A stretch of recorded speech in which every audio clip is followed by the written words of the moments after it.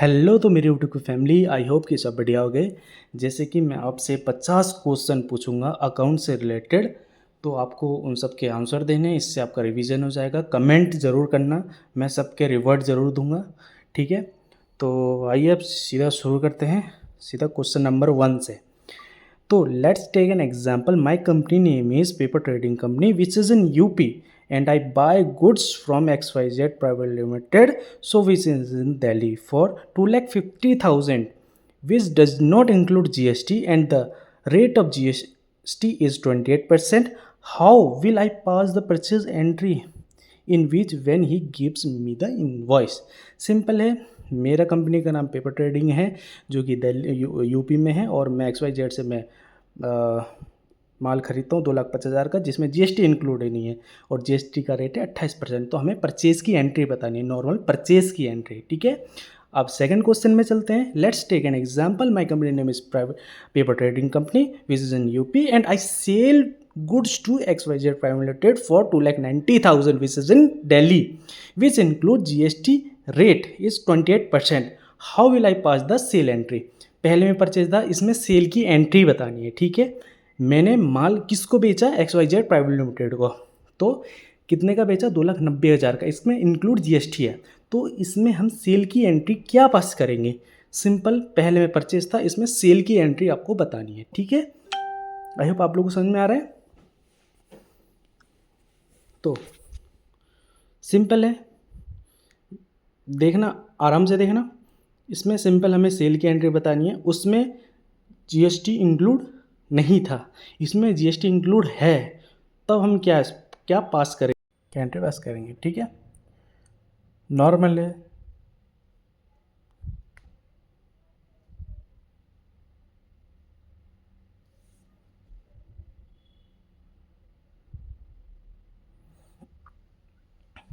चलो अब चलते हैं क्वेश्चन नंबर 3 में। I took a service from XYZ Private Limited, the service of security. He made an invoice for it. The total value is 60,000, which is taxable 50,847, and GST rate is GST amount is 9152. What expense entry I will pass? ठीक है, मैंने service लिया security का XYZ private limited से, जिसकी value this है। हमें खर्चे की एंट्री हमें पास करनी है।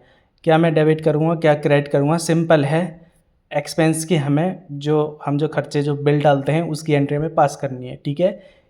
जो हमारा खर्चा है, खर्चा किस चीज़ का? सिक्योरिटी का है, ठीक है। सिक्योरिटी जो होती है ना, जो सिक्योरिटी गार्ड्स होते हैं उन सब की, मतलब जैसे मैं किसी कंपनी में काम कर रहा हूँ तो मैं सिक्योरिटी के लिए मैंने किया होगा, किसे? XYZ लिमिटेड से सर्विस ली होगी, तो खर्चे की एंट्री पास करनी है। तो क्वेश्चन नंबर 4 में आते हैं। I purchase a laptop ₹50,000 from Subhash electronics which include GST rate 18%, so what entry I will pass? मैंने लैपटॉप खरीदा 50,000 का सुभाष इलेक्ट्रॉनिक्स से, जीएसटी इंक्लूड है 18%, उसी में ही 50,000 में इंक्लूड है। तो मैं क्या एंट्री पास करूँगा, ये आपको थोड़ा ध्यान दे के करना है।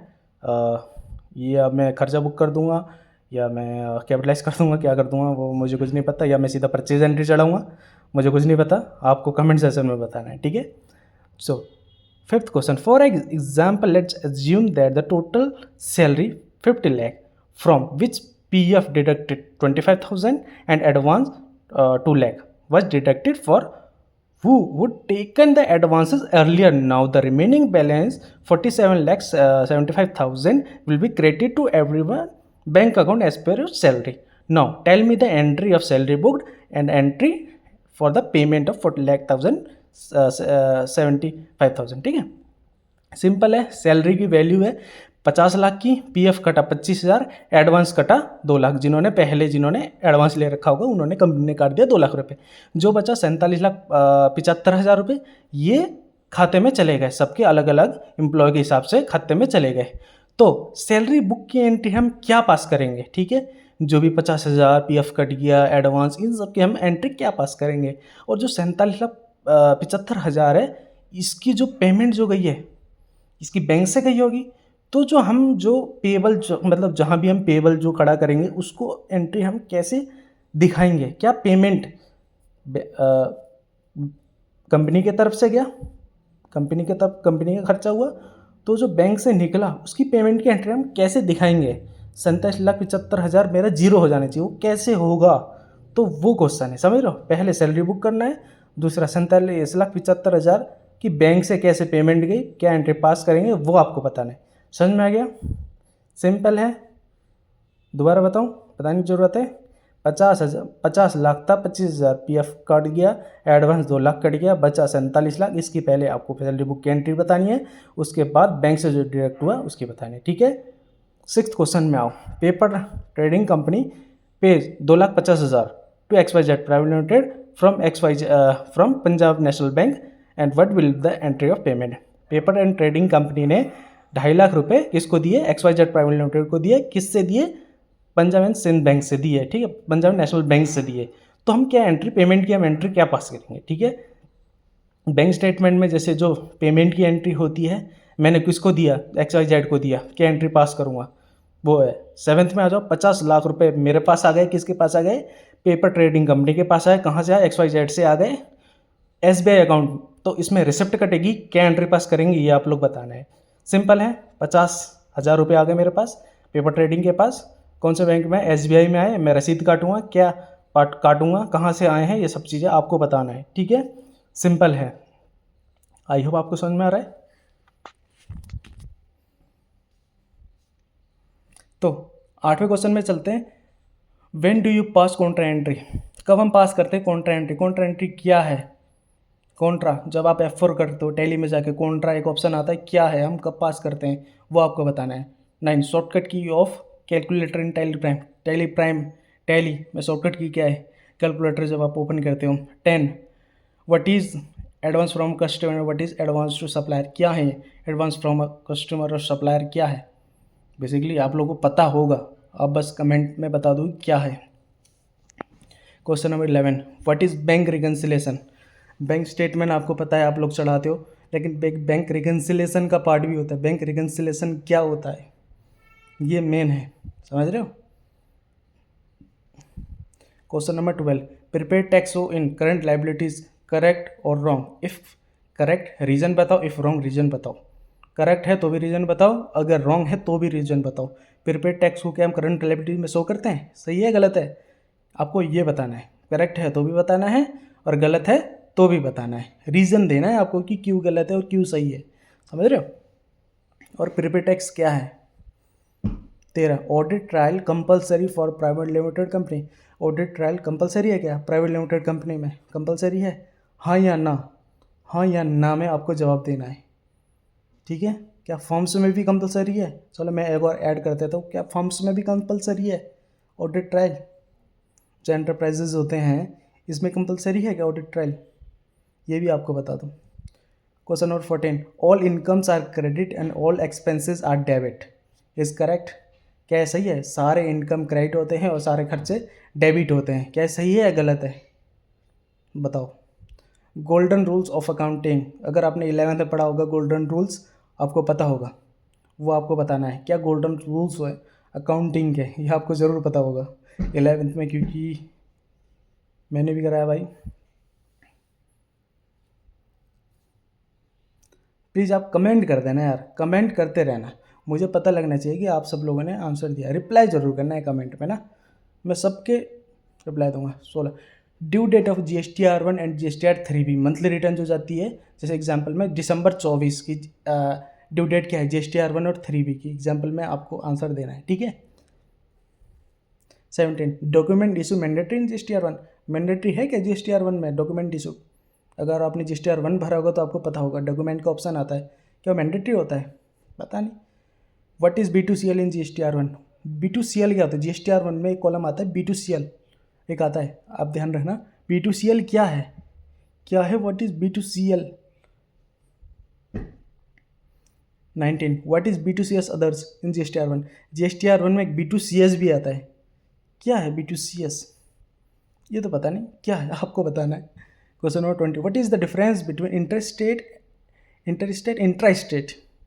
ये आपको बताना है, इंटर स्टेट और इंट्रा स्टेट में क्या डिफरेंस है। 21 the only sale figures on GSTR3B and sale and purchase figures on GSTR1 is it correct?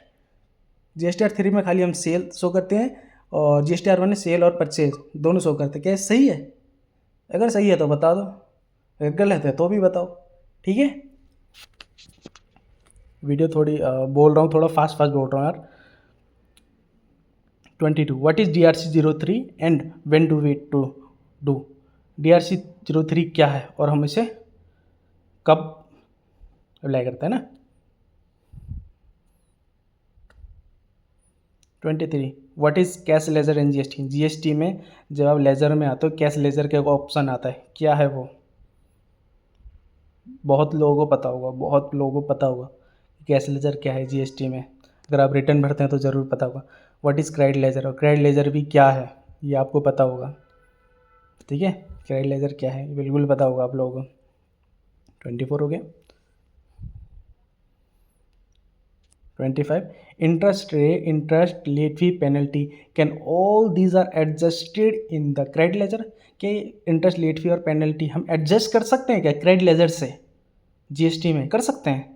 अगर कर सकते हैं तो कैसे, और नहीं कर सकते तो क्यों नहीं कर सकते, कर सकते तो क्यों कर सकते हैं, मतलब रीज़न बताना आपको। कर सकते हैं क्या, सही है गलत है वो आपको बताओ, आप कमेंट सेक्शन में बताओ, मैं आपको रिप्लाई दे दूँगा। What is PMT07। PMT07 क्या है, समझ रहे हो क्या है, वो आपको बताना है। 27 what is GST on TDS। एक GST ऑन TDS एक रिटर्न का वो आता है, रिटर्न में आप जाओगे GST ऑन TDS बुक है क्या, आप उसमें क्लेम भी करते हो, लेकिन वो है क्या आपको पता होगा। जो GST रिटर्न जो फाइलिंग करते हैं ना मंथली वाले, उन लोगों को पता होगा कि GST ऑन TDS क्या है। 28 how many digit does a GST number. GST number में कितने डिजिट का होता है GST number. 29 what is the difference between GSTR9 and 9C। 9 और 9C में क्या अंतर है। एक 9 भी होते हैं, एक 9C भी होते हैं। ड्यू डेट क्या होते हैं दोनों के, चलो ये भी बता देना। ड्यू डेट क्या होते हैं ये भी बता देना, और डिफरेंस क्या है वो भी आपको बताना है, ठीक है।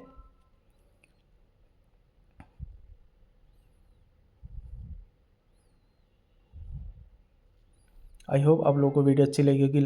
अच्छी लगी तो लाइक करना, कमेंट करना, और कमेंट आपको ज़रूर करना है यार। जो भी मैंने आपको जो क्वेश्चन पूछा ना, कमेंट ज़रूर करना, मुझे अच्छा लगेगा। What is RCM। एक RCM जो होता है, जो हम 3B में जो इनवर्ड नीचे सप्लाई में आता है हम दिखाते हैं, और दूसरा जो ट्रांसपोर्टर के केस में होता है RCM टिक करते हैं, जन 5% डालते हैं, लेकिन है क्या ये आपको बताना है। 31 I show B2B bill in July 24 those invoice number is 02 now I have deleted August return. क्या है डिलीट, मतलब मैंने जुलाई 24 में मैंने इनवॉइस B2B का डाला था, बिल नंबर 02 है। अगस्त में मैं उसे डिलीट करना चाहता हूँ, ओनली डिलीट करना चाहता हूँ। क्या मैं डिलीट कर सकता हूँ? खाली मुझे डिलीट करना, और मुझे कुछ नहीं करना, मुझे अमेंडमेंट करना ना कुछ। जुलाई में डाला था, अब अगस्त की रिटर्न जा रही है, वही इनवॉइस नंबर मुझे डिलीट करना है। क्या मैं डिलीट कर सकता हूँ? ओनली डिलीट कर सकता हूँ कि नहीं कर सकता, हाँ या ना में आपको आंसर देना है, ठीक है। ओनली डिलीट की बात हो रही, अमेंडमेंट किसकी बात नहीं हो रही। 32 difference between 2A and 2B। ये भी पता होगा, बहुत लोगों को पता होगा 2A एंड 2B में क्या डिफरेंस है। कमेंट ज़रूर करो, मैं आपको रिप्लाई ज़रूर दूंगा ना। ये बेसिक क्वेश्चंस हैं जो मोस्टली सब लोगों को पता ही होता है।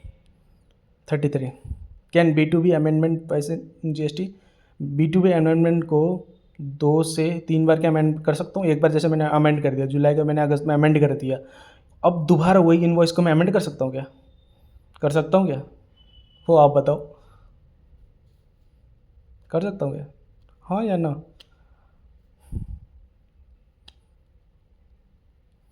Twice in GST। 34 what is TRN GST। TRN क्या होता है, TRN का फुल फॉर्म भी बताना, और होता क्या है ये भी आपको बताना है, ठीक है। ये भी GST का पार्ट है।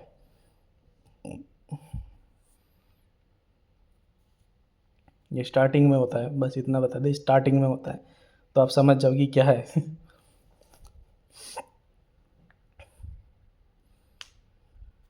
35 GST is a direct tax. GST क्या डायरेक्ट टैक्स है, बताओ। 36 due date of 27 AQ quarter first second third और फोर्थ, इन सब की ड्यू डेट क्या है वो बताओ आप। 27 due date of 26 Q, quarter first, second, third और फोर्थ। ड्यू डेट क्या है 26 क्यू का,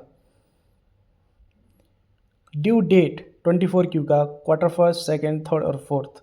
कमेंट सेशन में ज़रूर बताओ, मैं सबके रिप्लाई दूंगा, ठीक है। 39 what is 27 E Q, TCS क्या है। What is 26 Q and 24 Q क्या है ये। 26 Q and 27 E Q can be revise and correction more than one time. क्या हम रिवाइज और करेक्शन एक से ज़्यादा बार हम कर सकते हैं 27 क्यू और 27 ई क्यू को, हाँ या ना में आंसर आपको देना है, ठीक है। 42 where I download the TDS challan and what is the process. जैसे मैंने TDS चलान मैंने डाउनलोड कर लिया और मतलब जमा कर दिया, अब मुझे डाउनलोड करना है, डाउनलोड करके मुझे उसे डाउनलोड करना है ना, कहाँ से मैं करूँगा। 43 TDS चलान डेट, जैसे मंथ ऑफ जुलाई का मान के चलो, तो जुलाई का चलान डेट क्या होगा मेरे को, मतलब कब तक मेरे को जमा करना है चालान जुलाई का। 44 in which section TDS comes, interest on loan, fee and professional charges, commission, contractor and salary. कौन से सेक्शन में काटा जाता है, कौन से सेक्शन में काटा जाता है, ठीक है। इंटरेस्ट ऑन लोन हो गया, फी, प्रोफेशनल, कमीशन, कॉन्ट्रैक्टर, सैलरी, कौन से सेक्शन में काटा जाता है। 194I में काटा जाता है, 194C में, किस में, अलग अलग आपको बताना है। 194I किसका है, चलो बताता हूँ, रेंट का। 45 फुल फॉर्म बताना है GST, ITR, TDS and TCS का, आपको फुल फॉर्म बताना है, ठीक है।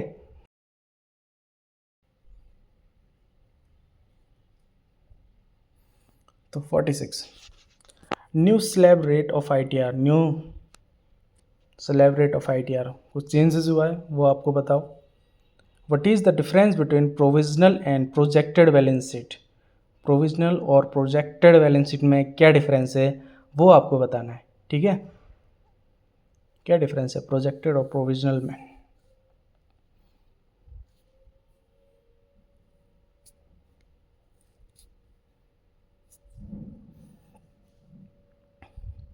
Shareholder received interest, dividend, brokerage और कमीशन, वो आपको बताना है, ठीक है। Shareholder received interest, dividend, brokerage और commission. 49 what is the formula of current ratio, current ratio का फॉर्मूला क्या है वो आपको बताना है। करंट रेशो का फॉर्मूला क्या है। क्वेश्चन नंबर 50, ठीक है। Balance sheet matched, balance sheet match है but I have made some changes in the balance sheet. I added 5000 in advance from a customer and I reduced 2000 in a short term provision and reduced 2000 in TDS recoverable and added 1000 in GST payable. It will be my balance sheet match now. क्या अब भी balance sheet match है। मैंने कुछ changes कर दिए, add कर दिया 5000 रुपये एडवांस फ्रॉम अ कस्टमर और रिड्यूस कर दिया 2000 रुपये शॉर्ट टर्म प्रोविजन में और रिड्यूस कर दिया TDS रिकवरेबल में और ऐड कर दिया GST पेबल में 1000 रुपये। क्या अब भी मेरी बैलेंस शीट मैच होगी, हाँ या ना में आपको जवाब देना है, ठीक है। हाँ या ना में आपको जवाब देना है। आप लोग थोड़ा कैलकुलेशन कर लेना कि बैलेंस शीट मैच होगी या नहीं होगी, वो आपको खैर समझ में आ ही जाएगा। तो ठीक है, बट ठीक है मतलब, तो आई होप आप लोग को जो क्वेश्चन जो मैंने आपसे पूछे वो आप लोग को पसंद आया होगा। तो अगर मैंने कुछ क्वेश्चन अगर गलत पूछा है तो वो भी कमेंट में बताना है ना। कुछ क्या है कि गलत हो जाता है कभी कभी, आप लोग को कमेंट ज़रूर करना है, मैं सबके रिप्लाई दूंगा, ठीक है। और थोड़ा शेयर लाइक भी कर दिया करो क्योंकि व्यूज़ बहुत कम आ रहे हैं आजकल। मैं वीडियोज़ डालता रहता हूँ बट कम आ रहे हैं। बट आप लोग मेरे को इंस्टाग्राम पे भी फॉलो कर सकते हो, ठीक है। तो कमेंट ज़रूर करना है आपको ना कि सही है या गलत है या जो भी है, मतलब जो भी आपको जितना आपको नॉलेज है, जितना आपको समझ में आया उस हिसाब से आपको आंसर देना है, ठीक है।